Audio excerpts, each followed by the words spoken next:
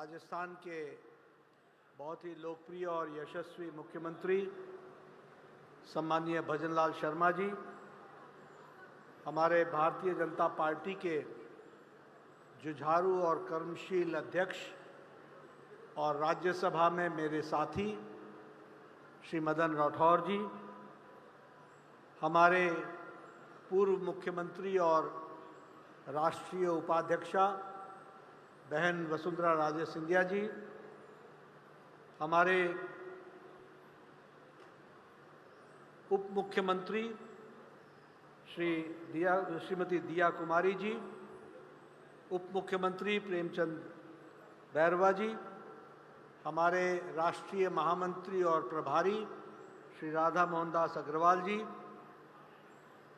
हमारे भारत सरकार में मंत्री और मेरे साथी वरिष्ठ साथी गजेंद्र सिंह शेखावत जी, भगीरथ चौधरी जी, राजेंद्र राठौर जी, बहन अलका गुर्जर जी, श्री भारती पवार जी, अशोक परनामी जी, अरुण चतुर्वेदी जी, सीपी जोशी जी, हमारे पूर्व अध्यक्ष और लोकसभा में मेरे साथी श्री राजेंद्र सिंह जी, श्रीमती मंजू शर्मा जी, वासुदेव चावला जी, श्रीमती सुमन शर्मा जी, सम्मानित मंच और यहाँ उपस्थित हमारे सभी सांसदगण, विधायकगण, हमारे महापौर, उप महापौर और हमारे लोकल सेल्फ गवर्नमेंट के सारे चुने हुए प्रतिनिधिगण, देवी और सज्जनों और मीडिया के मेरे साथी, प्रिंट मीडिया और इलेक्ट्रॉनिक मीडिया के मेरे साथी, आज मेरा सौभाग्य है कि मुझे पुण्य श्लोक माता अहिल्याबाई होलकर जी के 300 साल के जन्म जयंती पर यहाँ आने का सौभाग्य प्राप्त हुआ। मैं सबसे पहले तो आयोजकों को और विशेष करके प्रदेश अध्यक्ष मदन राठौर जी को और भजनलाल जी को धन्यवाद देता हूं, जिन्होंने मुझे इस कार्यक्रम में आने का मौका दिया है। राजमाता पुण्य श्लोक अहिल्याबाई होलकर जी के बारे में बहुत कुछ कहा जा चुका है। वसुंधरा जी ने बड़े विस्तृत रूप में उनकी जीवन शैली, उनके कार्य, उनका जीवन में योगदान, इस पर प्रकाश डाला और उससे पहले भी वक्ताओं ने, मेरे आने के पहले बहुत से वक्ताओं ने उनके बारे में चर्चा की है। हमारे मदन राठौर जी ने एक दृष्टांत, एक वृतांत हम सबके सामने रखा, जिससे हमें माता अहिल्याबाई होलकर जी का जीवन में कितने न्यायप्रिय थे, कितने न्यायप्रिय थी, इसका हमको अवलोकन देखने को मिलता है। और उसी तरीके से बहुत विस्तृत रूप से हमारे मुख्यमंत्री जी ने भी अहिल्याबाई होलकर जी के बारे में अपनी बात को रखा है। मित्रों, ये हम शताब्दी, जन शताब्दी मनाते तो जरूर हैं, हम याद भी करते हैं, लेकिन उसकी गरिमा को और उनके द्वारा किए गए कार्यों के बारे में सच्ची श्रद्धांजलि तभी होती है जब हम उस प्रेरणा को अपने जीवन में उतारने का प्रयास करते हैं। और इसलिए सिर्फ आज चर्चा कर लेना यह पर्याप्त नहीं है। इस चर्चा में से हमें क्या करना है और हमें किस तरीके से आगे बढ़ना है, इसका उदाहरण लेकर अगर हम प्रेरणा लें तो शायद हमारा जीवन सार्थक होगा, ऐसा मैं मानता हूं। और ये 300 साल उनका जन्म शताब्दी मनाना भी उपयोगी होगा, ये हमको ध्यान में रखना चाहिए। हम सब जानते हैं, जहां हम उनको शत शत नमन करते हैं, वहीं वह धर्म रक्षक भी थी, वो संस्कृति की रक्षक भी थी और साथ में वो समाज सुधारक भी थी। बहुत कम होता है, बहुत कम ऐसे राजनेता होते हैं जो संपूर्ण होते हैं, समावेशी होते हैं। किसी का ध्यान धर्म पर ज़्यादा हो जाता है, तो शायद समाज सुधार छूट जाता है। किसी का ध्यान संस्कृति की रक्षा पर रहता है तो धर्म के कर्म धर्म छूट जाते हैं। लेकिन पुण्य श्लोक माता अहिल्याबाई होलकर संपूर्णता में व्यक्तित्व था, जो धर्म रक्षक के रूप में भी, सांस्कृतिक रक्षक के रूप में भी और समाज सुधारक के रूप में भी उनको हम सब लोग याद करते हैं।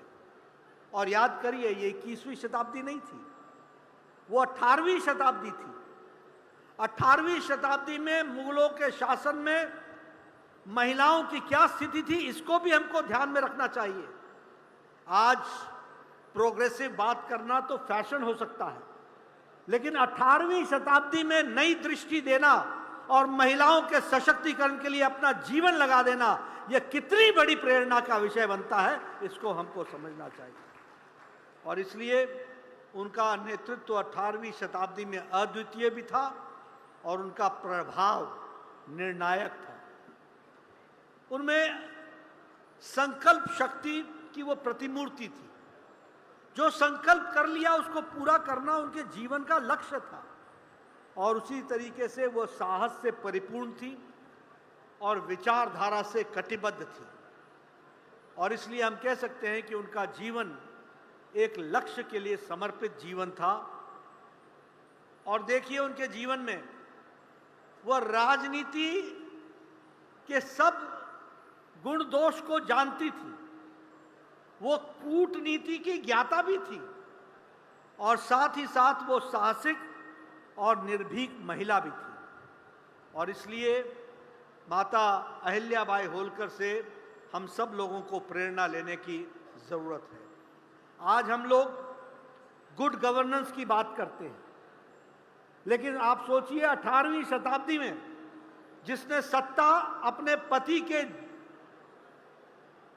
शौर्य के कारण कुंभेर के लड़ाई में अपना जीवन बलिदान किया था, शहीद हुए थे, उनके जाने के बाद शासन को संभाला। लेकिन गुड गवर्नेंस की बात हम आज करते हैं, पर सुशासन उन्होंने 18वीं शताब्दी में हमें दिया। इस बात को भी हमको ध्यान में रखना चाहिए। न्यायप्रियता के बारे में बहुत अच्छे तरीके से हमारे मदन राठौर जी ने बताया है। और लोक हितकारी, उनके जितने भी योजनाएं थी वो सब लोक हितकारी थी और इसलिए वो बहुत दूरगामी प्रभाव छोड़ने वाली थी। हम सब जानते हैं कि सांस्कृतिक धरोहर के बारे में उन्होंने अपना जीवन एक तरीके से समर्पित कर दिया। अब जब मैं सांस्कृतिक और धार्मिक धरोहर की बात करता हूं, तो फिर चाहे वो काशी विश्वनाथ हो, फिर चाहे वो सोमनाथ का मंदिर हो, फिर चाहे वो बिहार का वो मंदिर हो जिसके नवीनीकरण के लिए उन्होंने अपना जीवन दिया। और इसके साथ साथ हर मंदिरों के साथ धर्मशाला बनाने का काम भी उन्होंने किया। इसलिए संस्कृति की रक्षा भी की और धर्म को भी प्रोत्साहित किया। ये हमको ध्यान में रखना चाहिए। आज सुरक्षा की बात हो रही है। जब उन्होंने सत्ता संभाली थी तो बाह्य सुरक्षा खतरे में थी, आंतरिक कला था और आर्थिक रूप से मंदी थी।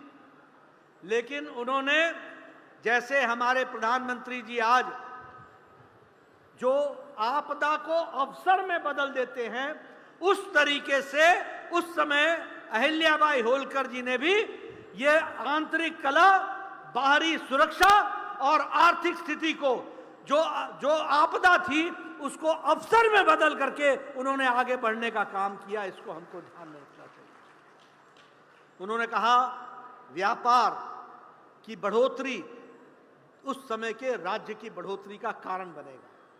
उन्होंने कहा कि किसानों के साथ सुशासन होना चाहिए, लगाम अनुकूल होना चाहिए, लेकिन लगाम से किसी को कसना नहीं चाहिए। और उन्होंने उसकी उत्पादन शक्ति को भी बढ़ाने का काम किया।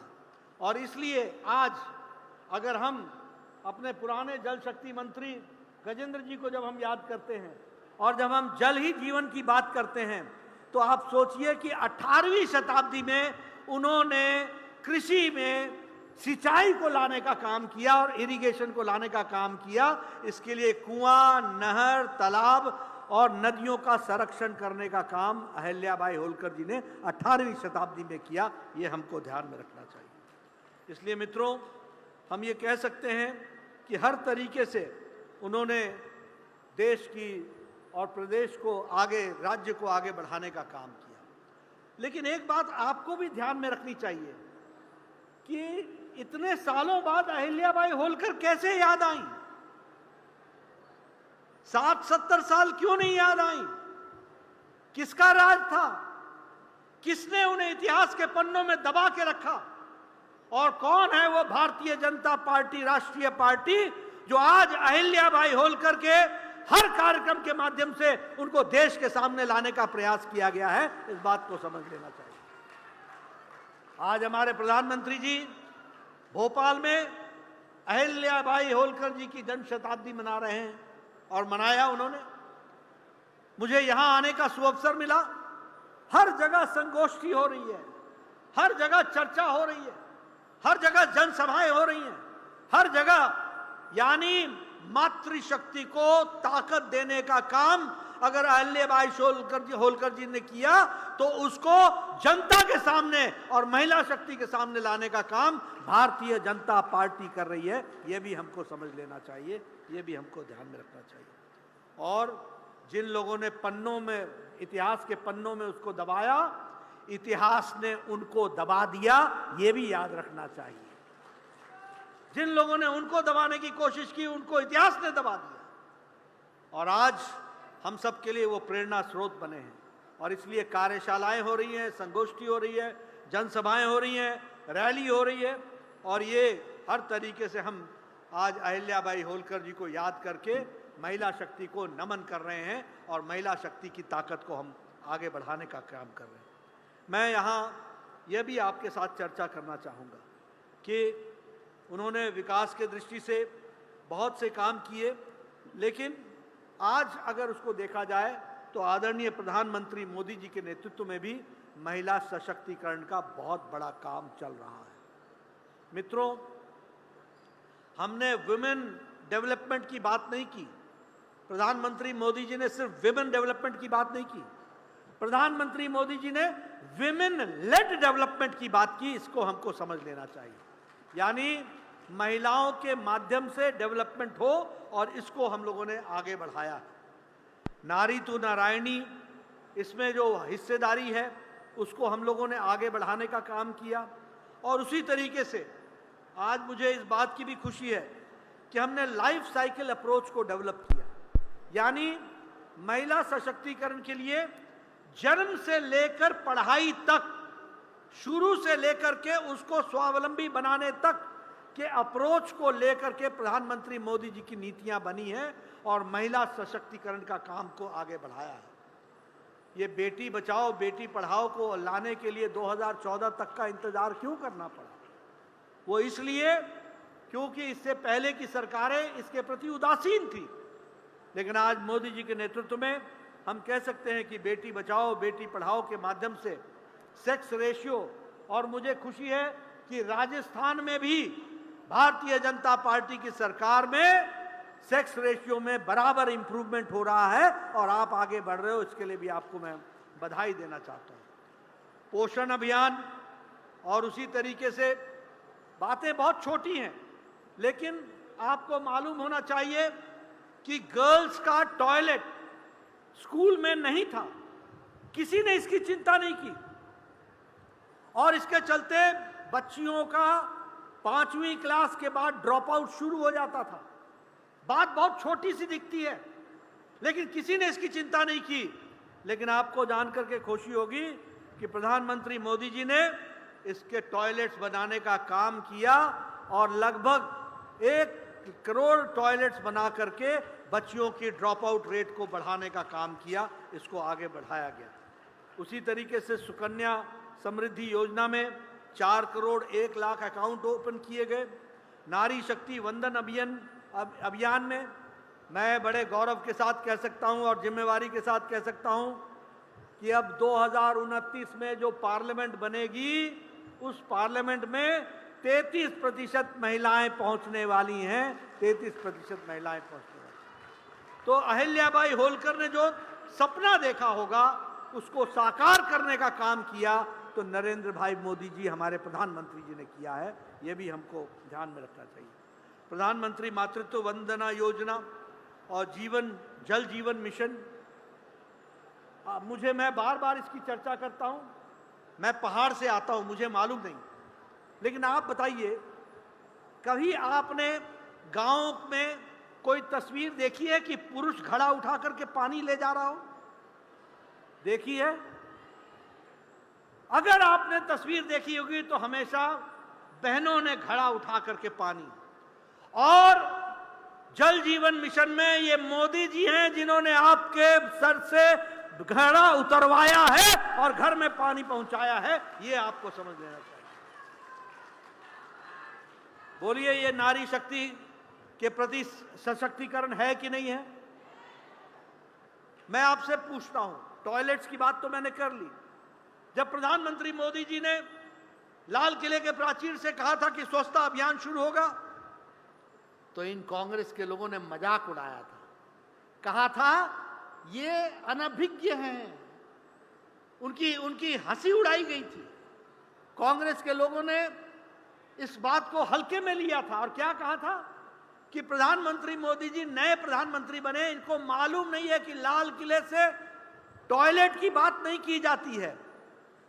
लेकिन सच्चाई ये थी कि जिन लोगों ने राज किया था कांग्रेस के प्रधानमंत्री, वो इंडिया जानते थे, भारत नहीं जानते थे, उनको भारत नहीं पता था। उन्होंने दिल्ली, मुंबई, कलकत्ता देखा होगा, लेकिन भारत का गांव नहीं देखा था। और राम मनोहर लोहिया ने पार्लियामेंट में कहा था कि मुझे शर्म आती है कि जब सुबह सुबह मेरी जीप नेशनल हाईवे पर जाती है तो मैं झुंड के झुंड महिलाओं को लोटा उठा करके सड़क के किनारे अपने दैनिक नित्य कर्म के लिए मैं देखता हूं तो मेरी आंखें शर्म से झुक जाती हैं।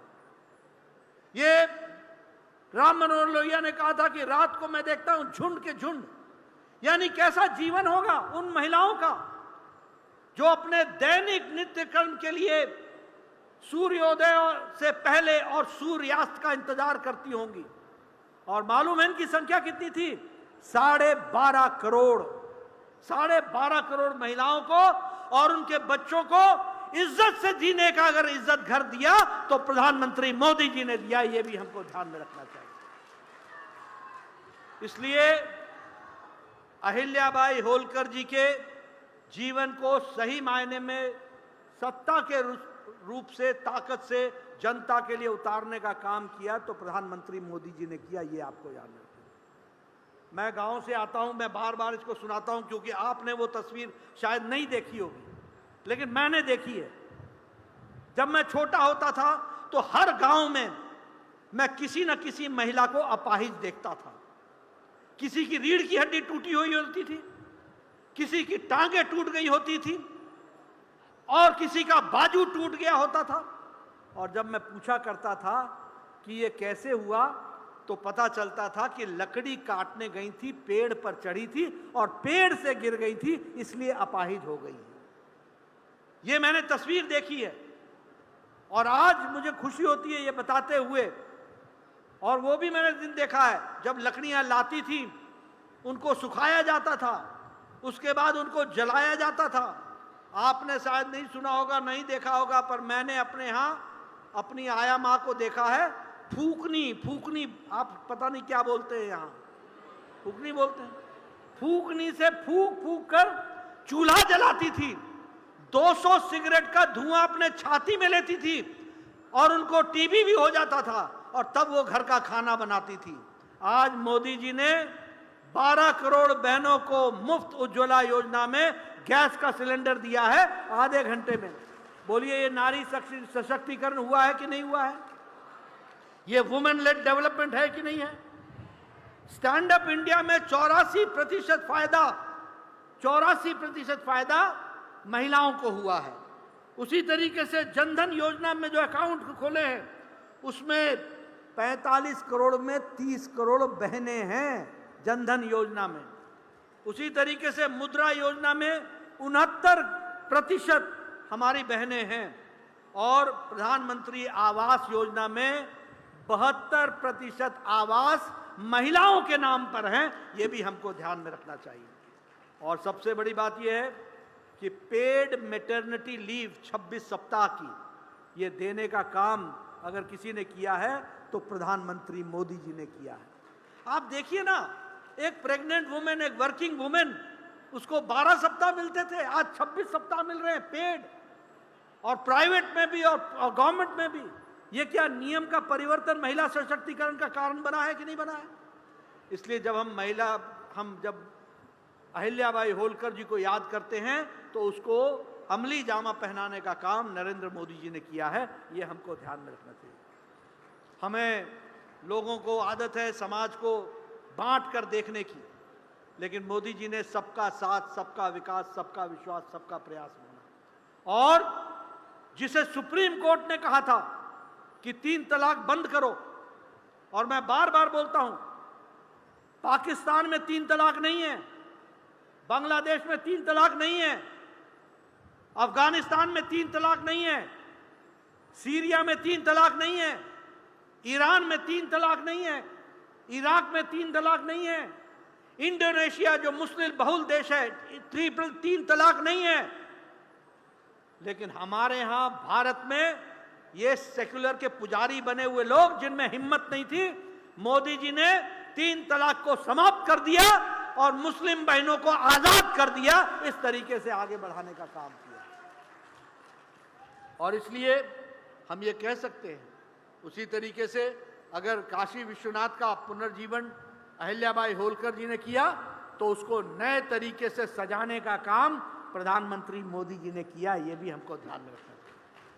अगर सोमनाथ का काम उन्होंने किया तो आज सोमनाथ का फिर से जो नवीनीकरण हो रहा है वो प्रधानमंत्री मोदी जी के नेतृत्व में हो रहा है। यह भी हमको ध्यान में रखना चाहिए। उसी तरीके से अगर हम देखें महाकाल उज्जैन, उस महालोक उज्जैन, उसका भी जो जीर्णोद्धार हुआ है वो भी हम सबके सामने है। 4 धाम की यात्रा यानी सांस्कृतिक दृष्टि से भी हम लोगों ने उसको जोड़ने का प्रयास किया है और आज प्रसाद योजना के तहत ये सारा काम तीव्र गति से चल रहा है। अहिल्याबाई होलकर जी ने जनजातियों के लिए बहुत बड़ा काम किया था, तो हमारे प्रधानमंत्री मोदी जी ने भी जनजातियों को मुख्य धारा में लाने का काम किया है, तो प्रधानमंत्री मोदी जी ने किया है। और इसीलिए मित्रों, आज अगर हम वैसे आपको बताने लगे तो बहुत लंबी गाथा है। किसान सम्मान निधि से लेकर के किसानों का, गांव, गरीब, वंचित, पीड़ित, शोषित, दलित, युवा, किसान, इन सब की चिंता अगर अहिल्याबाई होलकर जी के समय हुई तो उसी के कार्य रूप में आज मोदी जी के नेतृत्व में भारत की सरकार कर रही है। इसको हमको ध्यान में रखना चाहिए। इसको हमको मैं आपका ज़्यादा समय नहीं लूँगा, क्योंकि चाहे किसान की बात करूँ, चाहे दलित की बात करूँ, चाहे हम अपने आदिवासी की बात करूँ, सबको मुख्य धारा में लाने का काम किया है। लेकिन एक बात और ध्यान रखिएगा, और वो मैं बड़े स्पष्ट शब्दों में कहना चाहता हूँ। मैं प्रधानमंत्री जी को बहुत गौर से सुनता भी हूँ, समझता भी हूँ और कोशिश भी करता हूँ कि समझाए, और आप सब भी समझते होंगे। अहिल्याबाई होलकर जी के समय में भी बाह्य सुरक्षा एक खतरा का विषय बना हुआ था, और आज पाकिस्तान भी दिन रात अपने कुत्सित मन से, कुत्सित विचार से और कुत्सित योजनाओं से भारत को बुरी नजर से देखने के काम में पीछे नहीं रहता है। लेकिन ये मोदी जी का भारत है, ये बदला हुआ भारत है। अब भारत डोजियर नहीं भेजता। 26/11 हो जाए तो डोजियर भेजने का काम भारत नहीं करता। मोदी जी शिकायत नहीं करते हैं, मोदी जी अपने शब्दों को क्रियान्वित करने का काम करते हैं। ये हमको ध्यान में रखना चाहिए। और मैं याद दिलाना चाहूंगा, उरी की जब घटना घटी थी तो मोदी जी ने कहा था इसका जवाब मिलेगा, इसका जवाब मिलेगा। और उसके बाद हम सबको मालूम है कि घर में घुसकर सर्जिकल स्ट्राइक किया था और पाकिस्तान के उन सारे इलाकों को ध्वस्त करने का काम प्रधानमंत्री मोदी जी ने किया था। जब पुलवामा हुआ तो याद रखिएगा, प्रधानमंत्री जी ने कहा था, तुमने बहुत बड़ी गलती कर दी है, इसका खमियाजा तुमको भुगतना पड़ेगा।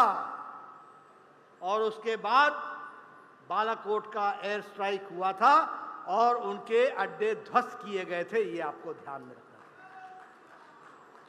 और जब पहलगाम हुआ तो प्रधानमंत्री जी ने कहा कि इसका जवाब तुमको मिलेगा, समय हम तय करेंगे, स्थान हम तय करेंगे और कल्पना से भी बाहर तुमको जवाब मिलेगा। इस तरीके की बात उन्होंने कही थी। और 9 उनके अड्डे, जिसमें उनके हेडक्वार्टर भी थे, लश्कर-ए-तैयबा के भी और जैश-ए-मोहब्बत के भी, दोनों के हेडक्वार्टर्स को ध्वस्त करके, और इतना ही नहीं, जब उन्होंने बाड़मेर की तरफ बुरी नजर डाली, जब उन्होंने श्रीनगर पर बुरी नजर डाली, जब उन्होंने अमृतसर पर बुरी नजर डाली, तो उनके 9 सैनिक ठिकानों को भी ध्वस्त कर दिया, 11 सैनिक ठिकानों को भी ध्वस्त कर दिया। ये हम सबको मालूम है। अब आप सुनिए जो प्रधानमंत्री जी ने देश को संबोधित करते हुए कहा है कि ये न्यू नॉर्मल है, अब नया भारत है। ऑपरेशन सिंदूर बंद नहीं हुआ है। तुम आतंकवादी घटना करने की कोशिश करोगे, भरपूर जवाब मिलेगा तुमको, भरपूर जवाब मिलेगा। और दूसरी बात उन्होंने कही है कि एटम बम की गईदर भभकी बंद करो। ये नया भारत है, ये न्यू नॉर्मल है, मुंह तोड़ जवाब तुमको मिलेगा।